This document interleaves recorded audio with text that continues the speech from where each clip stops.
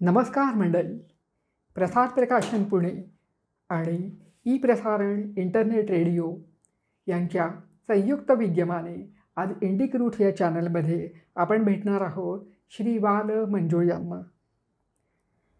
आजच्या आपल्या मुलाखतीचं वैशिष्ट्य म्हणजे असं, ते मी सांगतेच आपल्याला, पण महाराष्ट्राचं वैभव म्हणजे पंढरपूरची वारी. ही वारी ज्या विठ्ठलाला भेटण्यासाठी होते त्या पंढरपूर नगरीमधून श्री बाल मंजुळ नमस्कार ते इथे आपल्याला भेटण्यासाठी आलेले आहेत. आपल्या या कार्यक्रमामध्ये स्वागत असो. मंजुळ सर आणि पंढरपूरचं विठ्ठल मंदिर हे एकमेकांपासून अविभाज्य समजायला पाहिजे, इतका त्यांचा अगदी जुना मुरलेला संबंध आहे. पण तिकडे वळण्यापूर्वी मी आपला परिचय करून देते. श्री वासुदेव लक्ष्मण मंजुळ असं आपलं पूर्ण नाव आहे. मूळचे पंढरपूरचे, विठ्ठल मंदिराजवळचे. 17 जून 1935 साली आपला जन्म झाला आणि आता सध्याला वय 90 वर्ष पूर्ण झालेलं आहे. आजोबा अग्निहोत्री होते आणि विठ्ठल मंदिरामध्ये पुराणिक म्हणून ते पाहत असत. वडील कीर्तनकार होते आणि नामवंत ज्योतिषी होते आणि त्यांनीही विठ्ठल मंदिरात सेवा केलेली आहे. त्याच्यामुळे विठ्ठल मंदिर हे मंजुळ सरांचं माहेर म्हणायला पाहिजे. आणि ही अशी कर्मठ परंपरा सोडून ते पुण्याला आले आणि मामासाहेब दांडेकर म्हणजे सोनोपंत दांडेकर यांच्या अध्यासनामध्ये ते रुजू झाले. शिक्षण म्हणाल तर संस्कृतमध्ये BA MA असं दोन्ही केलं. मराठीमध्येही BA MA दोन्ही केलं. त्यानंतर लायब्ररी सायन्सची ही डिग्री त्यांनी घेतली. कृष्णदयार्णव या विषयावरती PhD मिळवलेली आहे. पण त्यांचा मोठेपणा असा की डॉक्टर ही पदवी ते मागे लावत नाही. तुम्ही लावायला पाहिजे खरं म्हणजे, कारण कृष्णदयार्णवासारखा विषय घेऊन त्याच्यावरती PhD करणं ही काही सोपी गोष्ट नाही. त्याच्यामुळे ते तुम्ही करायला पाहिजे. डॉक्टर राशम वाळिंबे हे त्यांचे गाईड होते. त्यानंतर भांडारकरमध्ये 1959 ते 1999 ही 40 वर्षे ग्रंथपाल म्हणून त्यांनी काम पाहिलं. हे काम करत असताना ग्रंथपाल म्हणून फक्त ग्रंथ घ्यायचे, द्यायचे, हे करायचं एवढ्यापुरतं ते मर्यादित राहिले नाही, तर घरची जी समृद्ध परंपरा होती, कीर्तनकार, पुराणे, ही जी सगळी परंपरा होती ती त्यांच्यामध्ये ती इतकी मुरलेली होती की ग्रंथ फक्त तिथे कपाटातच न राहता ते त्यांच्या सोबतही झाले. मंजुळ सरांच्या इतका तिथल्या भांडारकरमधल्या संपदेची माहिती असलेले, त्याच्यावर काम केलेली व्यक्ती ही आपल्याला शोधूनसुद्धा सापडणार नाही. आपण काहीही कुठल्याही विषयात काम करत असलं आणि सरांकडे गेलं की सरांचं प्रचंड बहुमोल मार्गदर्शन मिळतं. जरी ते 2000 सालापासून नसले भांडारकरमध्ये, तरी आजही सरांना तेवढीच माहिती आहे. आणि हे सगळं काम करत असताना तो अभ्यासही होत गेला. त्याच्यामध्ये अनेक पुरस्कार त्यांना मिळाले. महाराष्ट्र एज्युकेशन सोसायटीचे सांस्कृतिक केंद्राचे ते 3 वर्ष संचालक होते. 2005 साली त्यांनी मराठी हस्तलिखित केंद्र स्थापन केले. कारण हस्तलिखित हा सरांच्या अतिशय सखोल अभ्यासाचा विषय. हस्तलिखित या विषयामध्ये माहिती असलेले सरांचे इतके फार हाताच्या बोटावरती मोडणं इतकी दुर्मिळ माणसं असतील. आज या केंद्रामध्ये 1600 मराठी हस्तलिखित आहेत. हे त्यांचं सगळ्यात मोठं काम आहे. म्हणजे बाकीची कामं आहेत पण हे खूप मोठं आहे. आता या हस्तलिखितांचं वैशिष्ट्य असं की त्याच्यामध्ये 1692 साली लिहिलेली ज्ञानेश्वरी आणि संताजी जगनाडे यांची तुकारामांच्या अभंगांची वही समाविष्ट आहे. हे नाव आपल्याला परिचित असेलच, त्यांच्याबद्दल सर आपल्याला पुढे सांगतीलच. आणि हे काम हस्तलिखित संकलनाचं अजूनही चालूच आहे. आत्तापर्यंत संतचरित्र आणि विठ्ठल दैवतावर आधारित 28 पुस्तकं सरांची प्रकाशित झालेली आहे.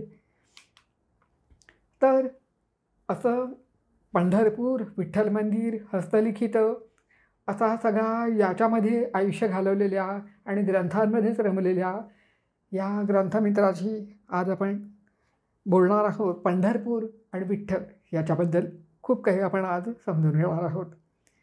हे सगळं समजून घेताना मला पहिल्यांदा सगळ्यात अगदी मुळात असं विचारावंसं वाटतं की क्षेत्र पंढरपूरचं महत्त्व काय आणि त्याची जुनी नावं तरी काय होती.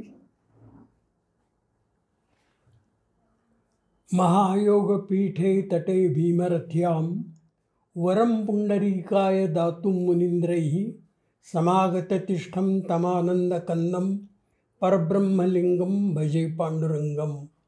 8व्या शतकामध्ये आदिशंकराचार्यांनी विठ्ठलाचं वर्णन या अष्टकामध्ये केलेलं आहे. त्यानंतर 18व्या शतकामध्ये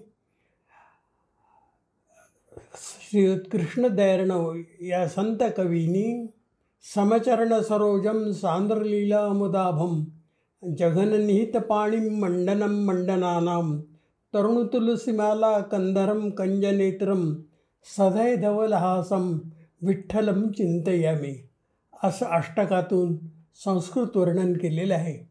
आणि त्यानंतर इसवी सन 1903 धारूरकर शास्त्रीने असं म्हटलं आहे, क्षेत्रेषु तीर्थेषु दैवतेषु भक्तेषु गरिष्ठ. म्हणजे या अनेक गोष्टीमध्ये विठ्ठल हा मोठा मानला जातो. क्षेत्र, तीर्थ, दैवत आणि भक्त मंडळी लाखांनी वारकरी जमतात ज्याच्याकडे, असा हा विठ्ठल आहे. आता आपण या विठ्ठलाच्या क्षेत्रासंबंधी त्याची नावं. पंढरपूर विठ्ठल चंद्रभागा याचे मोठेपण सांगताना पंढरपूरचे विठ्ठलशास्त्री धारूरकर म्हणतात पंढरी महात्म्यामध्ये की असे वेगळेपण वर्णन करताना धारूरकरांनी पंढरमात्म्य नावाचा ग्रंथ लिहिला आहे. तो 1903 साली त्यांनी पब्लिश केला, प्रकाशित केला. आणि तो ग्रंथ संस्कृतमध्ये होता. स्कंदपुराण आणि पद्मपुराण यातील उतारे घेऊन त्यांनी तो मांडला होता. आणि नंतर पुढे 2012 साली मी तो मराठी भाषांतरासहित नकाशा आणि चित्रासहित प्रसिद्ध केलेलं आहे. कारण सामान्य लोकांपर्यंत पंढरपूरचं संस्कृत ग्रंथातील रूप लोकांना दिसावं. क्षेत्र पंढरपूर, पंढरी, पौंडरिकनगर, पंढरगे, पांडुरंगपल्ली या नावाने पंढरपूर प्रसिद्ध होते. विशेषतः शेवटची जी 2-3 नावं आहेत त्याच्यावर कर्नाटकी भाषेचा, कानडी भाषेचा प्रभाव आहे. सर्वसामान्य भक्त तो. अनेक चमत्कार केलेला, वर्षानुवर्षे सर्व भक्त जाती धर्म विसरून शेकडो मैल पायी दर्शनाला येणारे ज्यास लाभले आहेत. पुंडरिकापासून संत नामदेव, ज्ञानदेव, चोखामेळा, गोरा कुंभार, संत मंडळी, मुक्ताबाई, जनाबाई, विठाबाई अशी संत स्त्रियांनी ज्याचं वर्णन केलं आहे, हजारो अभंगातून या देवाचं वर्णन केलेली, आराधना केली आहे. तोच विठ्ठल पांडुरंग या इतिहासात आढळून आपण पाहणार आहोत. इतिहासाची साधनं.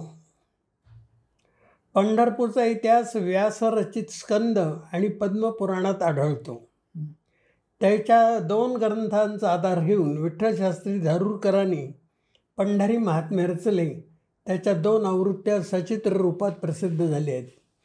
पंढरपूरचे संत कवी श्रीधर महाराज नाझरेकर, तसंच पंढरपूरचे बडव्यांच्यापैकी संत म्हणून ओळखले जाणारे प्रल्हाद महाराज बडवे यांची मराठी ओवीबद्ध पंढरी महात्म्य आहेत. त्यानंतर गोपाळ बोध यांनी लिहिलेले इसवी सन 1660चं पंढरी महात्म्य आहे. रत्नागिरीचे महिपती विठ्ठलनाथ बडोदा येथील ग्रंथालयामध्ये त्यांचं महात्म्य सापडलं आहे.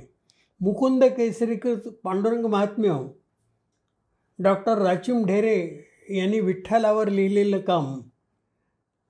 आणखी अनेक महात्म्य पंढरपुराच्या संबंधी, विठ्ठलाच्या संबंधी आपल्याला मराठीमध्ये पाहायला मिळतात.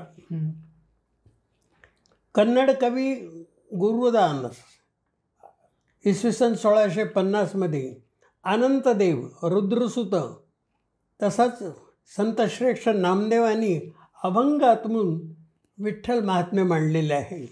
म्हणजे हे सगळे दत्तवरात- पंढरपूरचा इतिहास सांगणारे जुने ग्रंथ हा? आहेत. हे सगळे पंढरपूरचा इतिहास सांगणारे जुने सांगणारे ग्रंथ आहेत. सगळे पंढरपूरचा इतिहास आणि माहिती देणारे आहेत. अच्छा, मग त्याच्यामधनं पांडुरंगाच्या हो. नावांबद्दल पण बरोबर माहिती आहे. आलेली आहे. एकंदरीत पंढरपुराचा इतिहास सांगणारी 16 महात्म्य आहेत. अच्छा. आता त्याच्यामधलं जे महत्त्वाचं आहे ते दत्तवरद आहे. त्यानंतर आंध्र प्रदेशातला तेनाली रामा नावाचा जो कवी होऊन गेला, हं. त्यांनी तेलुगू भाषेमध्ये विठ्ठल महात्म्य लिहिलेलं आहे हं. आणि ते 450 वर्षापूर्वीचं आहे. बापरे. आणि त्याची आता प्रस्तावना आम्ही मराठी करून घेतली आहे, हं. पण अजून त्याचं भाषांतर झालेलं नाही. अच्छा, पण या सगळ्यामध्ये पंढरपूरचं महत्त्व सांगितलेलं त्याच्यात आहे. म्हणजे पंढरपूर महात्म्य म्हणजे पंढरीचे महात्म्य सांगणारे, हो. महत्त्व सांगणारे ग्रंथ हो. हे असे इतक्या प्राचीन काळापासून ते पंढरपूर, उपलब्ध आहेत. चंद्रभागा आणि संत मंडळी यांच्या संबंधीची माहिती देणार आहे. अच्छा. त्यानंतर अलीकडे विदेशी लोकांना पंढरपूरबद्दल एक आकर्षण वाटायला लागलं. हो, फारच. आणि त्यामध्ये पंढरपूरचा इतिहास लिहिणारे प्रोफेसर R.M.P. रिसाईड हे लंडनचे हं. ग्रस्त, हं. आणि त्यांनी भापम बहिरट यांची मदत घेऊन पंढरपूरच्या महात्म्याचं इंग्रजी रूपांतर केलं. अच्छा. डेन्मार्कचे प्रोफेसर एरिक सँड यांनी मिळालेली सर्व महात्म्य एकत्रित करून हं. त्याची चिकित्सक आवृत्ती काढलेली आहे. अरे वा. त्यानंतर पण विदेशी लोकांना याचं इतकं पंढरपूरचं आकर्षण का वाटतं हे? हां, असं आहे की पंढरपूर हे लोकदैवत आहे बरोबर. आणि तिथे कुठल्याही प्रकारचा कर्मठपणा नाही. बरोबर. त्यामुळे लोकांना असं वाटतं की सामान्य लोकांचं आणि लाखोनी भक्तवृंदाचं जिथे गर्दी करून उत्सव केला जातो त्याबद्दल लोकांना खूप कुतूहल आहे. आकर्षण आहे. कुतूहल. आणि त्यासाठी ते स्कॉलरशिप घेऊन पंढरपुरामध्ये येतात, अभ्यास करतात. यात जो मी एरिक सँड म्हणलं आपल्याला, तो वारीत भाग घेण्यासाठी शर्ट पायजमा घालून बरं. आळंदी ते पुणे तो पायी चालत आला. पायामध्ये चप्पलसुद्धा त्यांनी घातली नाही. बरं. इतकं त्यांनी ते तिथल्या दिंडीमधलं पाळलं. ती रामचंद्र देखण्यांची दिंडी होती, त्यात त्यानं भाग घेतला होता. बरं. आणि त्याच्यामध्ये त्यांनी एक आठवण सांगितली, ती मला फार आवडली. तो म्हणाला की मी बाहेरच्या देशात असल्यामुळे अनेक लोक माझ्या पाया पडायचे, मला ते जमायचं नाही. आणि मग मी काय करावं असं विचारलं दिंडी प्रमुखाला. तर दिंडी प्रमुखाने सांगितलं तुम्ही त्यांच्या पाया पडा. आणि मी ज्यावेळी त्यांच्या पाया पडायला गेलो तर त्यांचे पाय चिखलाने भरले होते, तर मला ते जमलं नाही म्हणे पाया पडायला. पण मग ते पंढरपूरला त्याच्या म्हणजे पुण्यालाच थांबले आणि मग तेवढा जो अभ्यास झाला तो त्यांनी केला. पण त्यानंतर त्यांनी सगळी महात्म्य एकत्रित घेऊन त्याचे चिकित्सक असं एक पंढरी महात्म्य इंग्लिशमध्ये प्रसिद्ध केलेलं पण आहे. म्हणजे याचा अर्थ ते त्यासाठी हे काम करण्यासाठी ते मराठी शिकले हे काम करण्यासाठी. हो, सगळं म्हणजे हा अभ्यास करण्यासाठी त्यांनी एवढे कष्ट घेतले की एक पूर्ण भाषा शिकली. ती सुद्धा जुनी मराठी असणार ना. पंढरपूर महात्म्यांमधली भाषा ही जुनी मराठी असणार. म्हणजे ती सगळी जुनी मराठी शिकून हो. त्यावर त्यांनी काम केलं. तो आल्यावर मराठी शिकला. बर. त्यानंतर त्यांनी महात्म्यात वर्णन केलेली जी ठिकाणं आहेत ती प्रत्यक्ष बघायला तो गेला. बर.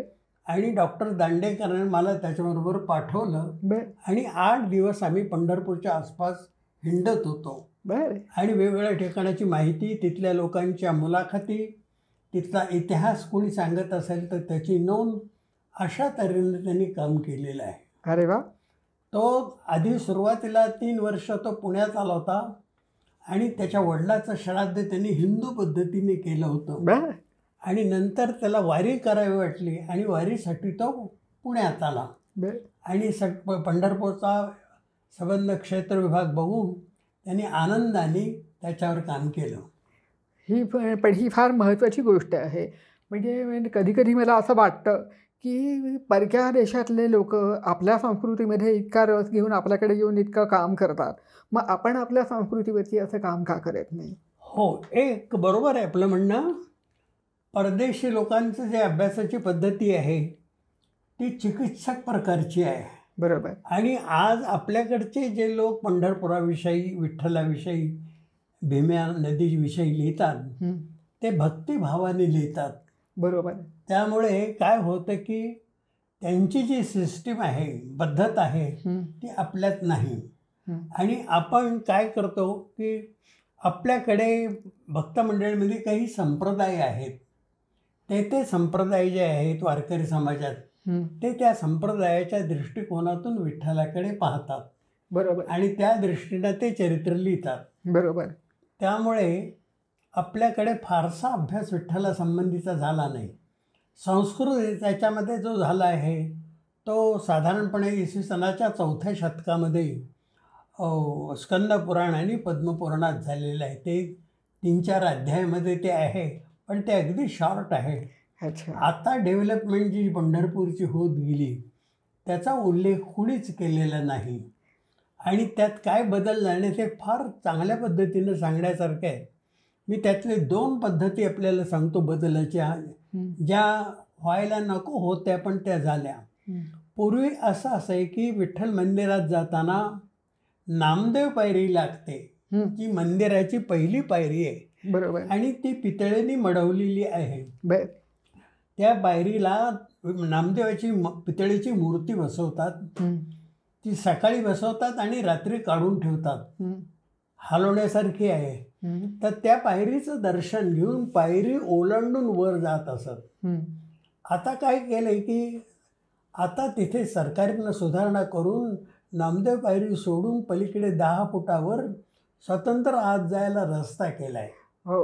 वरच्या बाजूला पोलीस बसतात आणि ते पोलीस तुमची तपासणी करतात. मोबाईल ठेवून जा, अमुक ठेवून जा, तमुक ठेवून जा असं करतात. म्हणजे त्याला थोडंसं सरकारी ऑफिसाचं रूप त्यांनी आणून दिलेलं आहे. दुसरी गोष्ट अशी की नामदेवांच्या शेजारी 10 फुटावर चोखोबांची समाधी होती. चोखोबा मंगळवेढ्याला कूस बांधत असताना गेले. ती भिंत अंगावर पडली आणि ते गेले. आणि ते गेल्यानंतर त्यांच्या अस्थी गोरोबा काकांनी आणल्या असं दासगणू महाराज सांगतात. कारण गोरोबा काका सर्वात वयस्कर संत होते मराठीतले. परंतु प्रत्यक्ष चरित्रामध्ये असं लिहिलं आहे की नामदेव याचे चोखोबांचे गुरु असल्यामुळे नामदेव दिंडी घेऊन गेले. आणि आता इतक्या त्या प्रचंड भिंतीखाली माणसं मेली होती, तर चोखोबाच्या अस्थी कशा ओळखायच्या? तर त्यांना विठ्ठलांनी सांगितलं की प्रत्येक अस्थीचा तुकडा कानाला लावून बघा, तो विठ्ठल विठ्ठल म्हणत असेल. आणि अशा तऱ्हेने त्या अस्थी गोळा केल्या, पंढरपूरला आणल्या आणि एका भांड्यामध्ये त्या नामदेवाच्या शेजारी 10-15 फुटावर समाधी बांधून ठेवल्या. आणि त्याच्यावर एक छत्री ठेवली. त्याच्या भोवती चोखोबाच्या भोवती मंदिर नव्हतं, भिंत नव्हती, काही नव्हतं. पण प्रकार असा झाला की ज्यावेळेस रस्ता रुंदी करायची ठरली त्यावेळेस पंढरपूरकर विरोध करतील म्हणून सरकारी माणसांनी रातोरात ते समाधी हलवली आणि नामदेवाच्या समोर आणून ठेवली. त्यामुळे फार बिघडलं काम हे. नामदेव स्वतः उघड्यावर होते मंदिराच्या बाहेर आणि चोखोबाही ते मंदिराच्या बाहेर उघड्यावर आले. परंतु पुढे नंतर ॲडव्होकेट पागे नावाचे ग्रस्त मंदिराचे प्रमुख झाले आणि त्यांनी त्याच्यावर जवळजवळ 30 फुटाची कमान उभी केली, जो आज पंढरपूरच्या विठ्ठल मंदिराचा एक भाग समजला जातो. आणि त्या कमानीच्या खाली चोखोबा आणि त्याच्या समोरच्या बाजूला नामदेव अशी दोघांची समाधी आहे. अशा पद्धतीचे काही चांगले आणि काही नको असलेले सुद्धा बदल या काळात झालेले आहेत. बरोबर आहे, खरं आहे. आता काय आपल्याला विचारायचं आहे? आता मगाशी आपण महात्म्य पाहिलं, पंढरीची नावं वेगळी वेगळी कुठली हे आपण पाहिलं. पण आता हे पंढरपूर ज्या भीमा नदीच्या चंद्रभागा तीर्थाच्या इथे जी स्थिर आहे, जिथे ती वसली आहे, तर हे तीर्थ चंद्रभागा आहे का भीमा आहे? आणि ही भीमा नदी कुठून आली, कशी आली, आणि ही पंढरी इथेच कशी आली? चंद्रभागा हे खरं म्हणजे त्यासंबंधी वाद आहे. स्कंदपुराणामध्ये असं म्हटलं आहे की मल्लिकार्जुन नावाचं मंदिर महाद्वारात आहे शिवाचं, आणि त्या मंदिराशेजारी एक तळं होतं आणि त्याचं नाव चंद्रभागा. पण ज्यावेळेस भीमा नदी पंढरपुराला आली तिचा आकार 3 मैलावर चंद्राच्या कोरीसारखा आहे, म्हणून तिला चंद्रभागा म्हणजे चंद्राचा भाग असं नाव दिलं. आता ही भीमा नदी कुठे निर्माण झाली, तर भीमा नदी भीमाशंकर डोंगरावर निर्माण झाली. कशी झाली? बरोबर. तर भीमाशंकर डोंगरावर शंकर आले असताना एक त्रिपुरासूर नावाचा राक्षस होता, दानव होता. त्यांनी आकाशामध्ये 3 घरं बांधली, 3 नगरं उभी केली आणि त्या नगरामधून त्यांनी लोकांना त्रास द्यायला सुरुवात केली.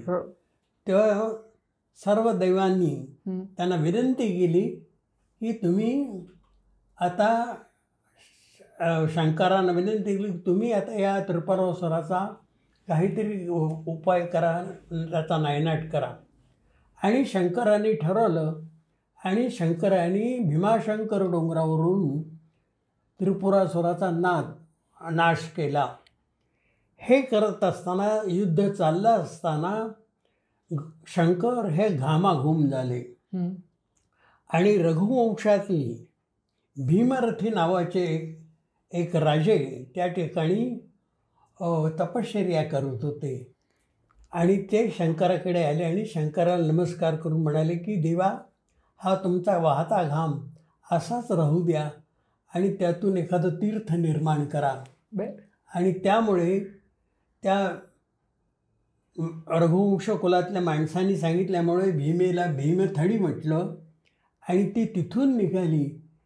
ती वाटेमध्ये फुलगावला भामा आणि इंद्रायणीला मिळाली. पंढरपुराच्या आधी 5 बारक्या बारक्या नद्याला भेटली आणि पंढरपुरानंतर पुष्पा नदीला भेटून ती पुढे गेली. तर ती पंढरपुराजवळ चंद्राच्या आकाराची होती, म्हणून तिला चंद्रभागा म्हटलं. तर काय आहे की मग लोकांचा वाद आहे, चंद्रभागा म्हणायचं का भीमा म्हणायचं असं. तर जनाबाईंनी आपल्या अभंगात सांगितलं आहे, भीमा आणि चंद्रभागा तुझ्या चरणीच्या गंगा, इतुका सहित त्वबा यावे, माझे अंगणी नाचावे, माझा रंग तुझे गुणी, म्हणे नाम याची जनी. बरोबर. म्हणजे याचा अर्थ असा की जनाबाईला माहीत होतं की भीमा आणि चंद्रभागा ह्या 2 आहेत, एक नाही. आता याचा आधार काय घेता येईल, ज्याला आपण आर्किओलॉजिकल म्हणू, तर त्याचा एक आधार मिळाला आहे. पंढरपुरामध्ये पश्चिम द्वार जे आहे तिथून एक रस्ता खाली येतो स्टेशन जायला. अच्छा. आणि तिथे 100 वर्षापूर्वी मुरलीधराचं मंदिर बांधायचं त्यांनी ठरवलं. आणि ते मुरलीधर मंदिर बांधण्याकरता त्यांनी खणल्यानंतर तिथे मोठा वाळूचा पट्टा सापडला. आणि मग पंढरपूरकरांच्या लक्षात आलं की तिथून काहीतरी पाणी वाहत होतं आणि ते पाणी म्हणजे मूळची चंद्रभागा ती. ओके. अच्छा. आणि समोरची जी आहे ती भीम आहे. आणि असंच आहे की दगडी पुलापासून म्हणजे जवळजवळ पुंडलिकाच्या किंवा लखुबाईच्या मंदिरापासून ते विष्णुपदापर्यंत भीमेला चंद्रभागा म्हणतात आणि त्याच्या पुढच्या भागापासून ती भीमा होते. अच्छा. आणि पुढे ती भीमा सरकोली नावाचं गाव आहे, तिथे माण नदीला भेटते आणि पुढे जाते. अच्छा. असं भीमेचं संबंध महात्म्य आहे. अच्छा. म्हणजे मग ही जी वाळूचा जो पट्टा सापडला जिथनं नदी वाहत होती, म्हणजे ती चंद्रभागा नदी पूर्वी जी अस्तित्वात होती ती आता लुप्त झाली असा अर्थ. आता एक अशी गोष्ट आहे की भीमा आल्यानंतर ती उंचावरून आल्यामुळे तिचं खडखडाट होत असे. त्यामुळे पंढरपूरकरांना, त्यावेळच्या लोकांना ते याचा त्रास होत असे, आवाजाचा. अच्छा. आणि भीती वाटत असे की जर पाणी वाढलं तर काय करायचं. बरोबर. त्यावेळेस त्यांनी विनंती केली. कालभैरव हे पंढरपूरचं दैवत होतं. अच्छा. त्याची मूर्ती महाद्वारात आहे. कालभैरवाला विनंती केली की आपण काहीतरी यावर उपाय करा. आणि मग कालभैरव आले आणि भीमेला नमस्कार केला आणि सांगितलं, भीमे, तुझं उग्र रूप आहे ते आता सोडून दे. तू विठ्ठलाच्या गावात आली आहेस, तेव्हा तू शांतपणे इथून वाहत जा. आणि तेव्हापासून भीमा नदी ही शांतपणे वाहायला लागली. पुढे काय झालं की भीमा नदीचं एकच स्वरूप नाही तर वेगळं आणखी काही स्वरूप आहे असं लोकांना दाखवायचं होतं. अच्छा. म्हणून त्यांनी काय केलं की प्रत्येक घाटाच्या समोर भीमेला एक वेगळं नाव दिलं. बरं. म्हणजे उदाहरणार्थ लखुबाईचं मंदिर आहे, म्हणजे रुक्मिणीचं मंदिर, त्याच्या समोरचं जे भीमेचं पाणी आहे त्याला लक्ष्मी तीर्थ म्हणलं आहे. बरं. पुंडरीकाच्या समोर जे आहे त्याला इंद्रतीर्थ म्हणलेलं आहे. बरं. तर असं सगळं बदलत बदलत गेलेलं आहे. अच्छा. तेव्हा एकाच भीमेचे एवढी सगळी आपल्याला मिळाली तीर्थ, ही गोष्ट कुठेच आपल्याला पाहायला मिळत नाही. खरं खरं. म्हणजे एखाद्या नदीला इतकी रूप, इतकी नाव देणं संस्कृत ग्रंथातून पुढे आली आहे. ती अलीकडच्या लोकांनी नाही नाव दिलं, पण त्या काळातून ती आली आहे. खरं आहे. यानंतर एक अशी गोष्ट आहे की भीमा नदी हे तीर्थदेवता आहे. आणि मग तीर्थदेवतेचं एक स्वरूप असावं मूर्तिरूपात, म्हणून पुंडलिकाच्या समोर एक मोठं मंदिर उभा केलं आणि त्यात हरी नावाची मूर्ती उभी केली. ती हरी ही तीर्थदेवता. अच्छा. आणि विठ्ठल ही क्षेत्रदेवता. हरी पश्चिमाभिमुख आणि विठ्ठल पूर्वाभिमुख असं. आणि या दोन्हीच्या मध्ये पुंडरीक, असं सगळं त्यांनी ते बरोबर व्यवस्थित त्या काळात मांडून ठेवलेलं आहे. अच्छा. म्हणजे त्याची रचना अशी संगत केलेली आहे. बरोबर आहे. आणि आता काय होतं की पाणी वाढलं की हे सगळे जे तीर्थातले जे वाळवंटामधले जे लोक आहेत किंवा वाळवंटामधल्या ज्या समाध्या वगैरे आहेत त्या सगळ्या बुडल्या जातात. हो. आता एक पद्धत पंढरपूरची अशी आहे की पंढरपूर पलीकडच्या बाजूला प्रवाह आहे आणि अलीकडच्या बाजूला मोठं वाळवंट आहे. इतकं मोठं आहे की त्या प्रवाहाच्या तीरापासून घाटापर्यंत एक फरलांग वाळूची जागा आहे. बरं. आणि एवढ्या 2-3 मैलाच्या एवढ्या आकाराच्या वाळूमध्ये कीर्तनं होतात, लोक भक्तगण गातात, प्रवचनं होतात आणि लोक खूप आनंद घेतात विठ्ठल भक्तीचा त्या वाळवंटात. म्हणून त्याला फार कौतुकाची गोष्ट आहे. खरं आहे. नाहीतर वाळू इतक्या कुठे वाळवंट मोठं सापडत नाही नदीच्या आसपास, पण पंढरपूरलाही सापडतं. आणि ह्याच्यामध्ये तीर्थदेवता होती ती पुढे मोठ्या महापुरामध्ये वाहून गेली. आता त्याचं जे बेस आहे त्या मंदिराचा तो तसा शिल्लक आहे. तो नेमका पुंडलिकासमोर आहे. बरं बरं. आणि हे वाळवंट आपल्याला खूप ठिकाणी भेटत राहतं ना. म्हणजे ज्ञानेश्वरांच्या गोष्टीत आहे, नामदेवांच्या चरित्रात आहे. तुम्ही आत्ता उल्लेख केलेलं वाळवंट पंढरपूरच्या इतिहासात किंवा सगळ्यामध्ये संतांच्या अभंगामध्ये वगैरे सगळीकडे ते येत राहतं. तो उल्लेख खूप छान वाटतो ऐकायला. पण मला आता असं विचारायचं आहे की विठ्ठल मूर्तीतलं दैवत खरं म्हणजे आहे श्रीकृष्ण, पण मग तो पंढरपूरला कसा आला त्याची पण आणि तो विठ्ठल कसा झाला? विठ्ठल हे मूळचं कृष्ण रूप आहे. हो. तो द्वारकाधीश आहे. हो. आणि अर्थात या मताला हे पौराणिक मत आहे. या मताला अलीकडचे संशोधक मान्य करतील असं नाही. कारण त्यांचं म्हणणं असं आहे की महायोग पीठे तटे भीमरथ्याम, तर तो महायोगी आहे आणि मग त्याला तुम्ही कृष्ण कसं म्हणता. पण तसं नाही आहे. आज जे वेगवेगळ्या विठ्ठलांच्या चरित्रामध्ये असं सापडतं मराठी किंवा इतर ह्याच्यात की विठ्ठल हा द्वारकाधीश कृष्ण आहे आणि तो रुसलेली रुक्मिणीचं समाधान करण्याकरता पंढरपूरला आला. बरोबर. आता का रुसली रुक्मिणी, तर राधा ही मूळची इंद्राणी आणि तिने विष्णूला विनंती केली की मला तुमच्या मांडीवर बसायचं आहे. तर विष्णूने सांगितलं की मी या स्वरूपात तुला मांडीवर स्थान देऊ शकणार नाही, पण मी ज्यावेळेस मानव रूप धारण करीन त्यावेळेस मी तुझी इच्छा पूर्ण करीन. आणि त्यावेळेस कृष्ण रूपाने विष्णू ज्यावेळेस आले गोकुळात त्यावेळेस राधेच्या बरोबर त्यांचे वृंदावनात अनेक खेळ चाललेले असे. पण द्वारकेमध्ये सिंहासनावर ज्यावेळेस बसले श्रीकृष्ण त्यावेळेस राधा आली, मला मांडीवर बसायची इच्छा आहे म्हणून तिनं व्यक्त केली आणि कृष्णांनी राधेला मांडीवर घेतलं, अशी एक कथा आहे. बरं. अर्थात ही कृष्ण राधेच्या प्रेमापोटी सुद्धा लिहिणं असण्याची शक्यता आहे. बरोबर. आणि मग राधा कृष्णाच्या मांडीवर सभेमध्ये बसलेले पाहून रुक्मिणीला राग आला आणि रुक्मिणीने सांगितले हे तुम्हाला शोभत नाही, मी तुमची पत्नी आहे, ज्येष्ठ पत्नी आहे. आणि रुक्मिणी निसून बाहेर पडली आणि ती आल्यानंतर दिंडीर वनात आली. दिंडीर वन पंढरपूर जवळचं एक वन आहे. तर मुळात ते दिंडीर नसून तिंडीर, तिंडीर म्हणजे चिंचेचं वन आहे. अच्छा. आणि आजही त्या भागामध्ये पंढरपूरच्या मोठी मोठी चिंचेची झाडे आहेत. म्हणजे त्या झाडाचा बुंदा 10 फूट 15 फूट इतकं झाड आहे आणि ती तशीच ठेवलेली आहेत. ती आली आणि तिथे ती रुसून बसली. आता पंचायत अशी झाली की दुसरी गोष्ट सांगितली जाते, कारण वारकरी संप्रदायाला राधा मांडीवर बसली हे मान्य नाही.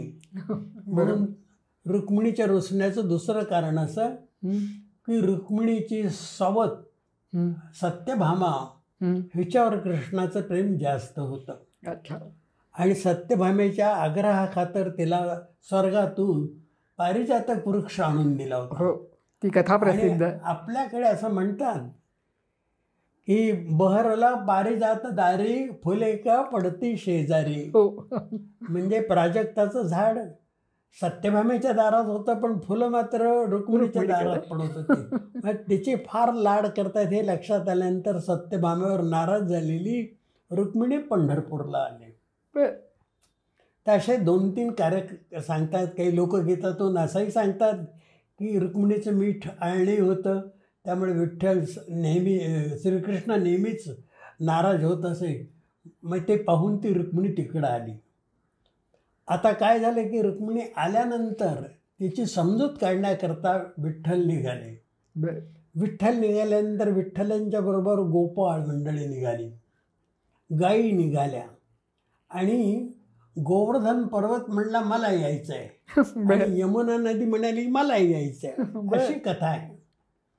तर गोवर्धन पर्वत जो होता तो बरोबर आलेला तो गोपाळपूरला टेकडीच्या स्वरूपात आहे आणि या टेकडीवर श्रीकृष्णाचं मंदिर आहे.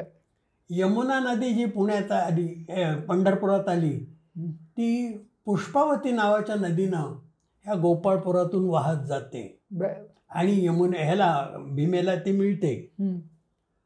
गाई गोपाळ आणले आणि आता रुक्मिणीची समजूत घालण्याकरता कृष्ण निघाले. निघाल्यानंतर एक दगड होता मोठा चंद्रभागेच्या, तिथे त्यांनी सहभोजन केलं आणि तो महिना होता मार्गशीर्ष महिना. आणि सहभोजन करून गोपाळ सगळे तिथंच ठेवले, गायी ठेवल्या आणि स्वतः एकटे कृष्ण शोधत शोधत दिंडीर वनात आले.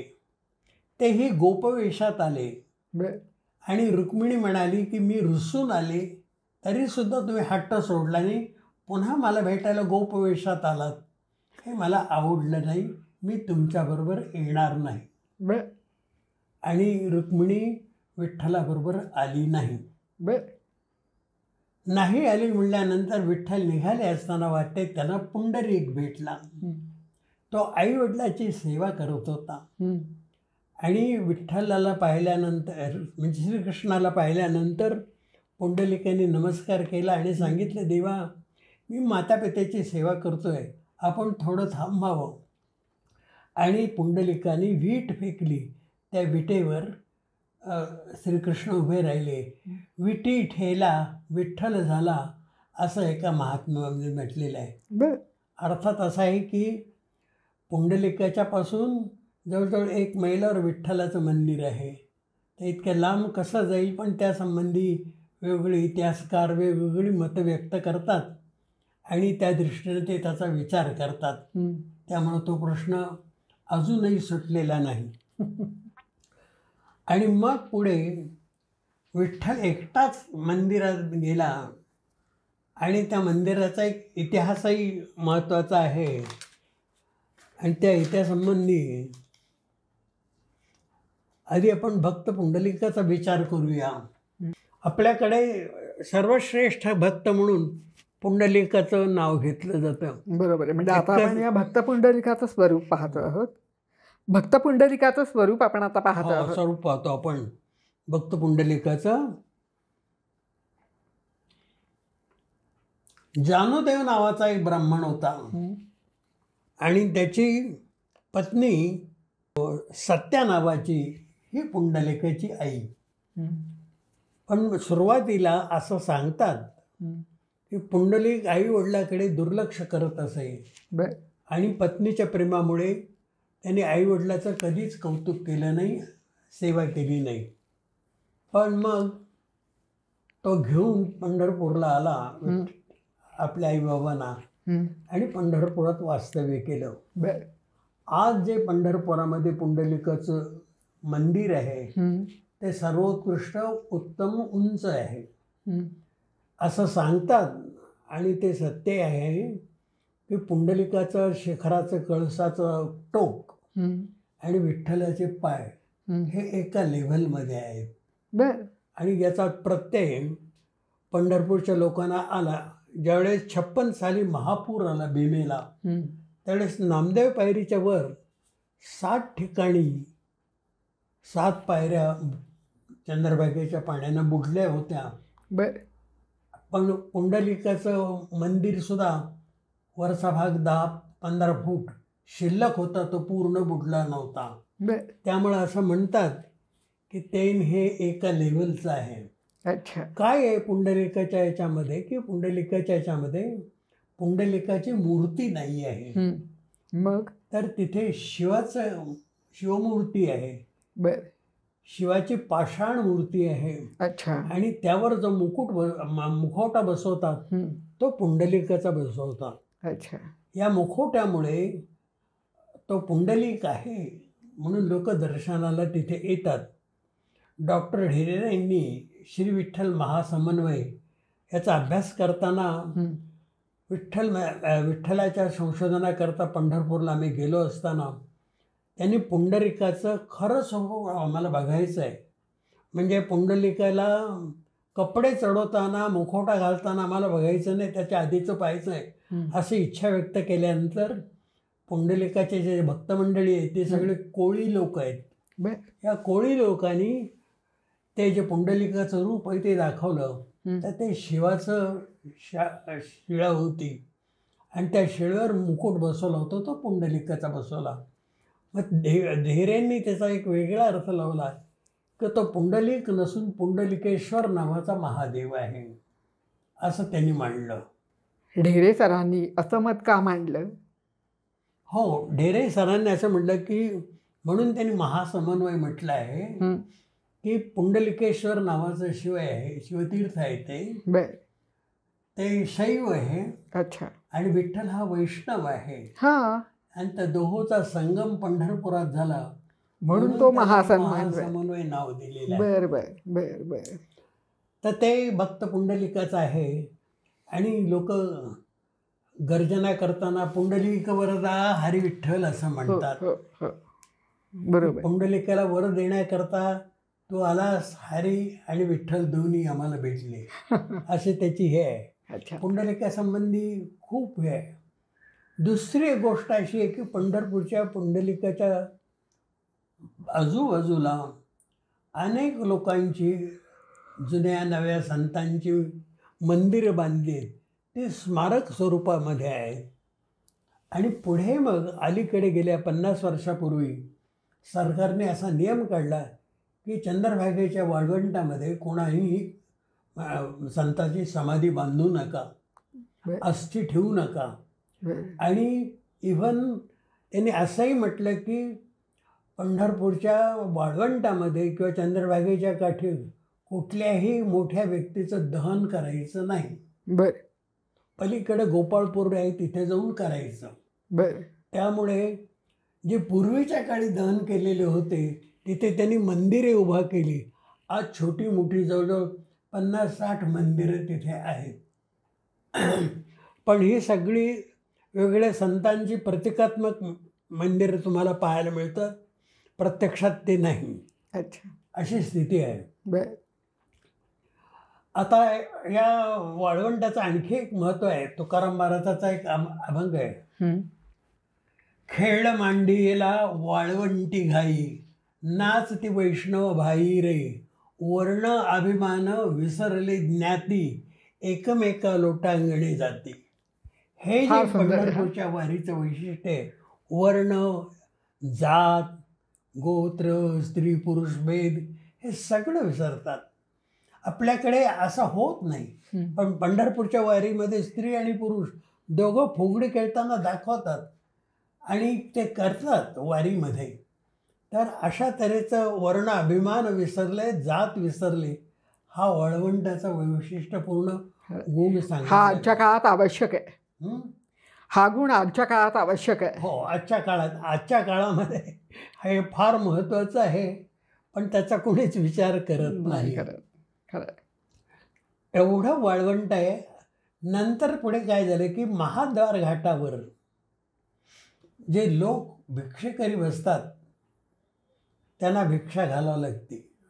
त्यामुळे चंद्रभागेत स्नान केलं, पुंडलिकाचं दर्शन घेतलं की महाद्वार घाटाने आपण वर चढतो किंवा भक्त मंडळी वर चढतात. आणि वर चढल्यानंतर प्रथम महाद्वारातून ती यायला लागतात. वाटेमध्ये डाव्या हाताला शिंदे सरकारचं मुरलीधर मंदिर आहे. फार मोठं मंदिर आहे. शिंदे सरकार संस्थानिक होते, त्यांनी ते बांधलेलं आहे. उजव्या हाताला होळकरांचं राम मंदिर आहे.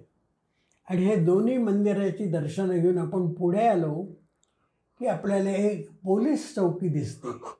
ती महाद्वार पोलीस चौकी नावाने प्रसिद्ध आहे. या महाद्वार पोलीस चौकीमध्ये जी रचना आहे ती मंदिरासारखी आहे.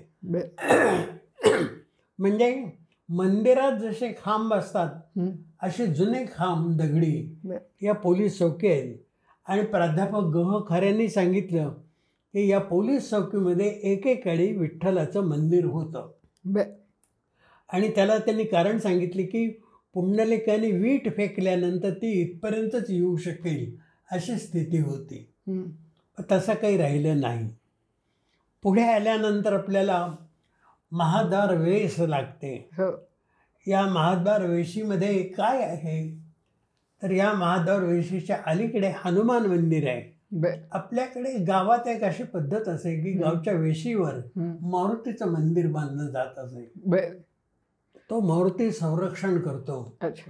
तर तिथे मारुतीचं मंदिर आहे. आणि त्या मंदिरामध्ये मारुतीच्या समोर नंदीची मूर्ती आहे.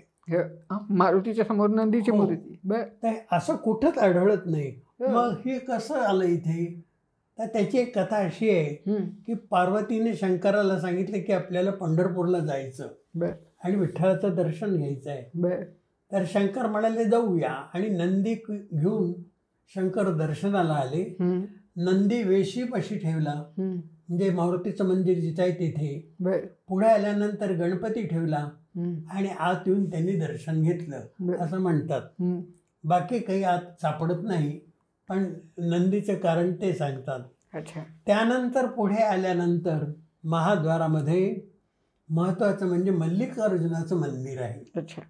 हे मंदिर विठ्ठल मंदिराच्या सुमाराचं आहे, जुनं.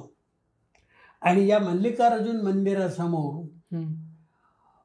चंद्रभागा सरोवर होतो हं. असं म्हणतात, पण बरं. तशी स्थिती नाही.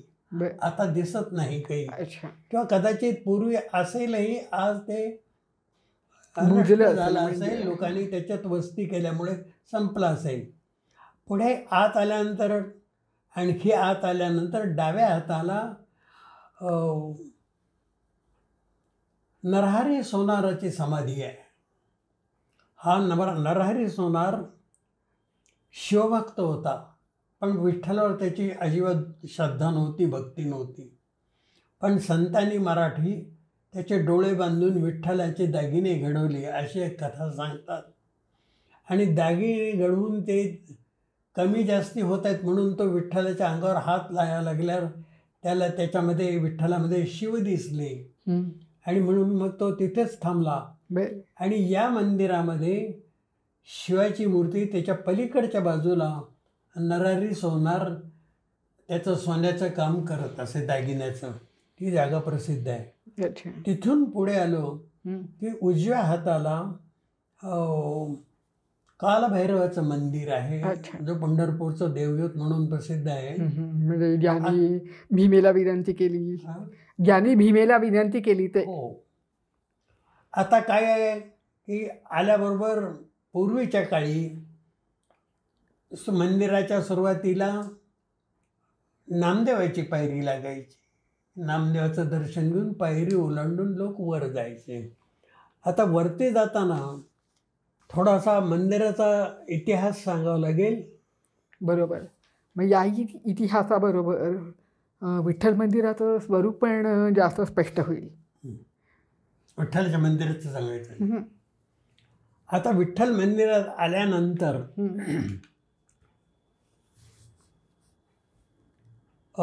शिलालेखातून विठ्ठल मूर्ती आली कशी, मंदिराचं रूप कसं आलं, याची माहिती दिली जाते. होयसळ नावाचे राजे होते आणि त्यांनी 5व्या-6व्या शतकामध्ये विठ्ठलासाठी एक छोटं मंदिर नामदेव पायरीच्या वरती बांधून दिलं. आजही ते होयसळाचं शिल्प म्हणून ओळखलं जातं. आणि वास्तुशास्त्राचा अभ्यास करणारे बरोबर सांगतात की हे होयसळ शिल्प जे आहे ते हेच आहे. आणि त्याचा ऐतिहासिक इतिहास देणारे एक शिलालेख पंढरपूरच्या महिलांच्या दर्शनाच्या बारीमध्ये एका दगडावर सापडला. आणि त्यामध्ये त्यांनी असं म्हटलं आहे की विठ्ठलाचं मंदिर हे लान म्हणू आहे. लान म्हणून म्हणजे देवळी स्वरूपाचं, मोठं मंदिर नाही, देवळी स्वरूपाचं आहे ते. त्यामुळे आत शिरताना देवळी स्वरूपाच्या मंदिरात तिथे विठ्ठल पूर्वी होता. आणि नंतर मंदिराच्या त्या देवळीचं विस्तार होत विठ्ठलाची मूर्ती मागे मागे गेली, असं एक म्हणण्याची पद्धत आहे. आणि आता काय झालंय की त्याच्या शेजारी हे गोसावी लोकांनी वेगवेगळ्या तांब्याच्या पितळेच्या मूर्ती गोळा केल्या आणि 33 कोटी देवाचं मंदिर उभं केलं छोटं. पण 33 कोटी देव असं तिथे असू शकत नाही. बरोबर. पुढे बडवे लोकांनी ते मंदिर त्यांचं नष्ट केलं आणि त्या सगळ्या मूर्ती नेऊन आतल्या बाजूला एका खोलीमध्ये बंद करून ठेवल्या. आता आत आल्यानंतर डाव्या हाताला प्रतिकात्मक प्रल्हाद महाराजांची समाधी आहे. पुढे आले की उजव्या हाताला समर्थ रामदासांनी हनुमानाची मूर्ती उभी केली आहे. आता हे कसे स्वरूप आहे, ज्यावेळेस रामदास स्वामी पंढरपूरला आले आणि विठ्ठलाच्या दर्शनाला आले तर त्यांनी विठ्ठलाला विनंती केली अभंगातून, इथे का रे उभा श्रीरामा मन मोहन मेघ श्यामा. म्हणजे त्यांना तो राम स्वरूपात पाहायचा होता म्हणून त्यांनी विठ्ठलाला विनंती केली, मला रामस्वरूप दाखवा. आणि विठ्ठलाने त्यांना रामस्वरूपात दर्शन दिलं. हे महत्त्वाचं आहे. आणि मग काय झालं की तो राम आहे म्हटल्यानंतर त्याच्यासमोर हनुमान पाहिजे. हो. म्हणून समर्थाने तिथं हनुमानाची मूर्ती उभी केली. बर. आता एक दिवसामध्ये दगडी मूर्ती निर्माण करणं शक्य नाही. म्हणून त्या काळचे लोक सांगतात की गोमयाची ती मूर्ती उभी केली. बर. 6 फूट उंचीची मूर्ती आहे. बर. आणि फ्रंट एलिव्हेशन सारखी, म्हणजे एक पाय पुढे एक पाय मागे आणि असे हात जोडलेले. अच्छा. आणि त्यावर शेंदुराचे अनेक वर्ष थर चढवले जातात. बर. पण या मूर्तीला कधीही आंघोळ घालत नाही. हो, ती गोमयाची. कारण ते खराब होण्याची शक्यता आहे. हं. फक्त शेंदूर लावतात, हं. पुष्पहार घालतात, एवढंच आहे. आणि आता तर ते दर्शन बंद केलं पायाचं आणि त्यांनी तिथे कपाटासारखं दार बंद करून ठेवलेलं आहे. बर. आता पुढे आत आल्यानंतर हं. 2 दीपावली आहेत त्या, हं. आणि हनुमानाचं आणि गरुडाचे 2 मंदिर आहेत असे. हं. हं. हं. पुन्हा वर चढून आल्यावर हल्ली त्या दरवाजातनं मुखदर्शन घेतलं जातं. ज्या वारकऱ्यांना मुखदर्शन घ्यायचं आहे त्यांना तिथून ते घेतलं जातं. आणि मग डाव्या हातानं दर्शनाची बारी लागते. आत गेल्यानंतर सोळखांबी म्हणून एक सभागृह आहे. हो. त्या सभागृहाला 16 खांब आहेत. 4 असे उभे आणि 4 आडवे. अच्छा. आणि या 16 खांबावर अनेक प्रकारची चित्र कोरलेली आहेत. बर. त्यातला एक खांब चांदीने मढवलेला आहे. हो. हो. आणि तो गेले कित्येक वर्ष, हं. अक्षरशः 700-800 वर्ष तो चांदीने मढवलेला होता. आत्ता नव्यानं गेल्या 2 महिन्यापूर्वी त्याची चांदी काढली संबंध. हं. आणि मग पंढरपूरच्या विठ्ठलच्या मंदिराच्या व्यवस्थापकाने विचारलं की या एकाच खांबाला चांदी का दिली होती. आणि त्यावेळेस बडवे नावाचे जे व्यवस्थापक होते ते सांगायचे की ते गरुडाचा खांब आहे. पण गरुडाचं मंदिर पुढच्या बाजूला ह्याच्यामध्ये सभामंडपात होतं. पुन्हा आतल्या बाजूला कसं असेल तर तसं नव्हतं. तो कन्नड कवी तो तिथे बसून विठ्ठलाची प्रार्थना करत असे. तर ती प्रार्थनेची जागा त्याची ती कर्नाटकाच्या माणसांनी चांदीच्या खांबांनी वेष्टनाने मोठे करून ते त्याचं स्मारक केलं होतं. तिथेच एक गारेची गोल शिळा आहे आणि त्याला रंगशिळा म्हणतात. नामदेवराय तिथे बसून अभंग गात असत. हे 2 पवित्र स्थान आहेत. आत शिरल्यानंतर विठ्ठलाची मूर्ती दिसते. विठ्ठलाच्या मूर्तीमध्ये कमरेवर हात ठेवलेले नाही, तर कमरेवर 2 हात असे टेकलेले आहेत. एका हातामध्ये शंख आहे, एका हातामध्ये कमळ आहे.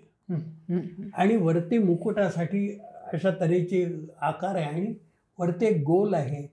तर लोक म्हणतात की ते शिवाचं चिन्ह आहे, तर तसा नाही. तो मुकुट लावताना ते त्या गोलचा उपयोग करता येतो. अच्छा. अशी स्थिती. आता दर्शन घेतल्या पाण्याने बाहेर आलो आणि उजव्या बाजूला वळलो की तुळजाभवानीचं मंदिर आहे. त्याच्या शेजारी पुढे गेलो की दक्षिण दरवाजा लागतो. बरोबर. आणि या दरवाजाच्या तिथे जवळ कानोपात्राची समाधी आहे. अच्छा. कानोपात्रा एक कलावंतिणीची मंगळवेढ्याची कन्या. आणि तिचं विठ्ठलावर प्रेम होतं. आणि ती चंद्रभागेच्या प्रवाहामध्ये विठ्ठलाची आठवण काढत असताना, कान्होची आठवण काढताना म्हणून तिला पात्रात कान्होची आठवण झाली म्हणून कान्होपात्रा असं नाव दिलं आहे. अच्छा.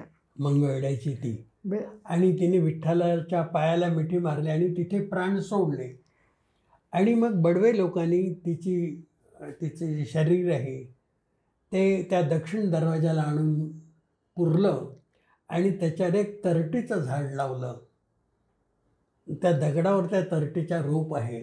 आणि ते आता रोप 100 वर्षाचं झाड झालं आहे. साखळ दंडांनी बांधून ठेवलं आहे. पण वारकरी परंपरा अशी आहे की तुम्ही पंढरपूरला यात्रेला आलात की कानोपात्रेच्या झाडाचं पान घ्यायचं आणि ते घरी न्यायचं, जपून ठेवायचं, म्हणजे तुमची यात्रा पूर्ण झाली. आता ते झाड इतकं जुनं आहे, केव्हाही ते तुटून पडू शकतं खाली. म्हणून काय झाले की अलीकडे 2 वर्षापूर्वी एक नवं रोप तरटीचं त्याच्या जवळ लावलेलं आहे. आणि काही दिवसांनी पंढरपूरच्या नागरिकांच्या संमतीनं ते जुनं काढायचं विचार आहे.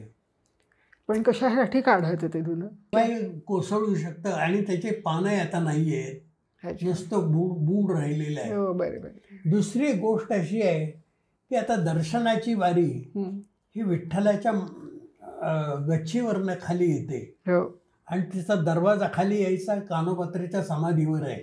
हो. त्यामुळे लोकांचे समाधीवर पाय पडतात. अच्छा. तर त्यावेळेस काही लोकांनी विनंती केली की कानोपात्रीच्यावर असे पाय टाकून येत लोकांनी समाधीचे. बरोबर. तर त्या पायऱ्या होत्या त्या 4 फुटाच्या होत्या, त्याच्याऐवजी 2.5 फुटाच्या केल्या. आणि आता लोक खाली दर्शनाला कानोपात्रीच्या समाधीला स्पर्श न करता खाली येतात. आता याच्या पुढे आलं की डाव्या हाताला व्यंकटेशाचं बालाजीचं मंदिर आहे. आणि त्याच्या पुढे आलं की लक्ष्मीचं मंदिर आहे. आत्ता जे पंढरपुरामध्ये तळघरामध्ये बालाजी आणि लक्ष्मी सापडली त्या जुन्या मूर्ती आहेत. जुन्या मूर्ती बंगल्या किंवा थोडंफार झालं तरीसुद्धा ते टाकून देतात. आणि आत्ता ही नवीन मूर्ती जी बालाजीची बसवली आहे ती 3.5 फुटाची लहान स्वरूपाची आहे. आणि त्या मूर्तीला 4 हात आहेत, त्यातले 2 हात झाकून ठेवतात. आणि हा बालाजी नसून श्रीकृष्णाचा मोठा भाऊ बळीराम दादा आहे असं सांगतात. अच्छा. पलीकडे जे ती लक्ष्मीची मूर्ती ती बसलेली आहे आणि गारेची आहे, त्यामुळे तसं ती लक्ष्मीचीच आहे असं म्हणता येत नाही. बरोबर आहे. आणखी पुढे गेलं तुम्ही प्रदक्षिणा करून की रुक्मिणीचं मंदिर लागतं. रुक्मिणीच्या मंदिरात प्रवेश करायच्या आधी तुम्हाला डाव्या हाताला राही म्हणजे राधा आणि सत्यभामा यांची छोटी देवळं दिसतात. अच्छा. आता ते असं आहे की ज्याच्यामुळे रुक्मिणी पंढरपूरला आली त्यांची देवळं अशी कशी झाली. बडवे त्याचा विचार केला बडव्यांनी. आणि बडव्यांच्या परंपरेत असं आहे की ते विठ्ठलाचं दर्शन घेतात आणि रुक्मिणीच्या दर्शनासाठी लखुबाईला जातात, पण देवळातल्या रुक्मिणीचं दर्शन घेत नाही. आणि दुसरी गोष्ट की विठ्ठलाची सेवा करणारे बडवे पण रुक्मिणीची सेवा करणारे उत्पात मंडळी सेवा करतात, वर्षानुवर्ष वेगवेगळे कार्यक्रम करतात. आणि मग त्या बाजूला 2 दरवाजे आहेत, एक रुक्मिणीच्या मागचा दरवाजा आणि एक रुक्मिणीच्या ह्याचा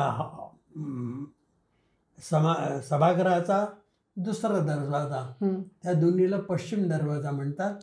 आणि बाहेरच्या बाजूला एक मोठं पटांगण होतं, त्याला रुक्मिणी पटांगण म्हणतात. पण आता ते सगळे तिथे लोकांनी वस्ती केली आणि त्याचं ते संपलं. पटांगण आता असं करून दर्शन घेऊन जरा पुढे आलं की आपल्याला एक देवी दिसते. तिचं नाव आहे 84 देवी. पूर्वीच्या काळी असं सांगत असे की तुम्ही दर्शन घेऊन आलात की या देवीच्या भिंतीवर पाठ घासा म्हणजे तुमच्या 84 जन्म योनीतून मुक्तता होईल. आणि लोक पाठ घासत असत. पण तसा नसून प्रत्यक्षात तो शिलालेख होता.